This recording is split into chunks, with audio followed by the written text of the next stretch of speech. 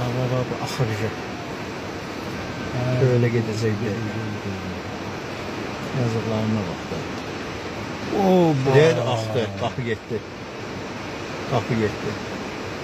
Dedi tövlə düşüyor axır. Tövlə getdi. Baba tövlə daxır.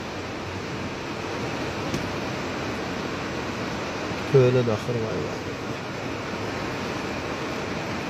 Axdı getdi. Darvazası idi onun ha. Darvazası açdı. Silahlar var. Anca cəmaata belə deyənə baxmaq qalır. Neyəsin?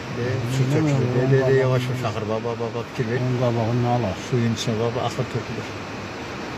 Yeb baba tökülür. Ağaclar gedir, yetmirlər. Bahadırın deyir.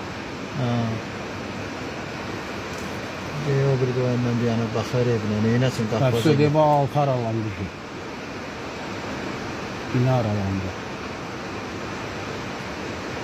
Tökülür yavaş.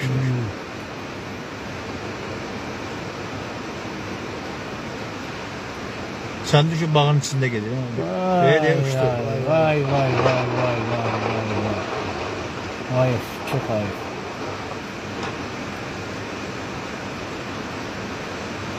Gözler değil, öyle ay kasıp.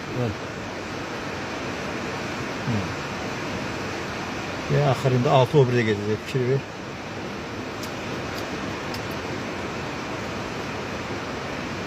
Yazıq neynəsin? Əzab əziyyətlə axırı da olur. Allah heç kəsə göstərməsin. İndi o biri yetmindir.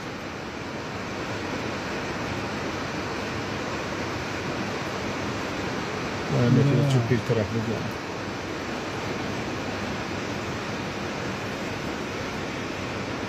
Elə bir kür çayı deyə fikir ver. Buna bir çare eləməlidirlər.